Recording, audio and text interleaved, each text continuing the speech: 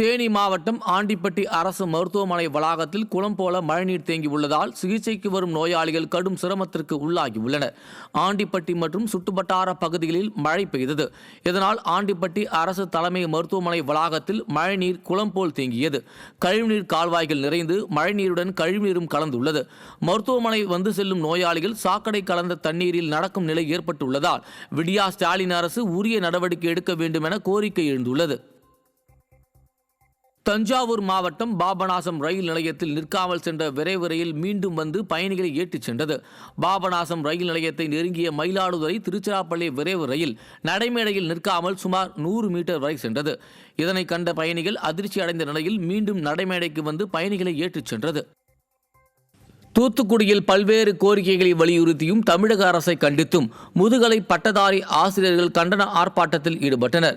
மில்லர்புரத்தில் 12ஆம் வகுப்பு பொதுத் தேர்வு விடைத்தாள்கள் திருத்தும் மையம் முன்பு நடைபெற்ற இந்த கண்டன ஆர்ப்பாட்டத்தில் ஆசிரியர்களுக்கான பணி பாதுகாப்பு சட்டத்தை உடனடியாக நிறைவேற்ற வேண்டும், பழைய ஓய்வூதிய திட்டத்தை உடனடியாக அமல்படுத்த வேண்டும், முதுகலை ஆசிரியர்களுக்கான பொது மாறுதல் கலந்தாய்வு மே மாதத்திலேயே நடத்த வேண்டும், காலி பணியிடங்களை உடனடியாக நிரப்ப வேண்டும் உள்ளிட்ட பல்வேறு கோரிக்கைகளை வலியுறுத்தி ஆசிரியர்கள் முழக்கங்களை எழுப்பினர். தொடர் கனமழையின் காரணமாக தேனி மாவட்டம் பெரியகுளம் பகுதியில் உள்ள சோத்துப்பாறையின் அணையின் நீர்மட்டம் ஒரே நாளில் 16 அடி உயர்ந்துள்ளது. வறட்சியின் காரணமாக 65 அடியாக இருந்த அணையின் நீர்மட்டம் சமீப நாட்களில் பெய்த கனமழையின் காரணமாக 81 அடியாக உயர்ந்துள்ளது. அணையின் நீர்மட்டம் உயர்ந்துள்ளதன் காரணமாக விவசாயிகள் மற்றும் பொதுமக்கள் மகிழ்ச்சி அடைந்துள்ளனர்.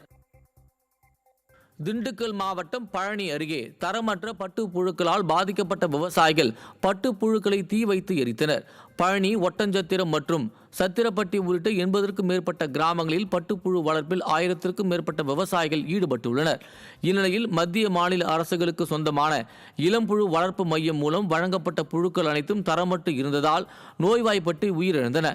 இதனால் 1 முதல் 1.5 லட்சம் ரூபாய் வரை இழப்புக்கு ஆளான விவசாயிகள் பட்டுப்புழுக்களை தீயிட்டு எரித்தது பரபரப்பை ஏற்படுத்தியுள்ளது. மத்திய மாநில பட்டு வளர்ச்சித்துறையின் அதிகாரி இளம்புழு வளர்ப்பு மையம் ஆய்வு செய்து அவை விதை சட்டத்தின் அடிப்படையில் ஆய்வு செய்து தரமான புழுக்கள் என்று சான்று அளித்த பிறகு விவசாயிகளுக்கு வழங்க நடவடிக்கை எடுக்குமாறு கேட்டுக்கொள்கிறோம். ராமநாதபுரம் மாவட்டம் கமுதி அருகே வீட்டின் சுவர் இடிந்து விழுந்ததில் 70 வயது மூதாட்டி ஒருவர் உயிரிழந்தார். பம்பனேந்தல் கிராமத்தில் வசித்து வந்த முத்துவேல் என்ற மூதாட்டி மீது வீட்டின் மண் சுவர் இடிந்து விழுந்ததில் அவர் சம்பவ இடத்திலேயே உயிரிழந்துள்ளார். இதனையடுத்து உறவினர்கள் மூதாட்டியை சடலமாக கண்டெடுத்தனர். செங்கல்பட்டு மாவட்டம் திருக்கழுகுன்றம் அருகே இடிந்து விழும் நிலையில் உள்ள மேல்நிலை நீர்த்தேக்க தொட்டியால் அப்பகுதி மக்கள் உயிர் பயத்தில் உள்ளனர். பெரும்பேடு ஊராட்சிக்கு உட்பட்ட பழைய காலனி பகுதியில் உள்ள மேல்நிலை நீர்த்தேக்க தொட்டி தற்போது சேதமடைந்து இடிந்து விழும் நிலையில் உள்ளது.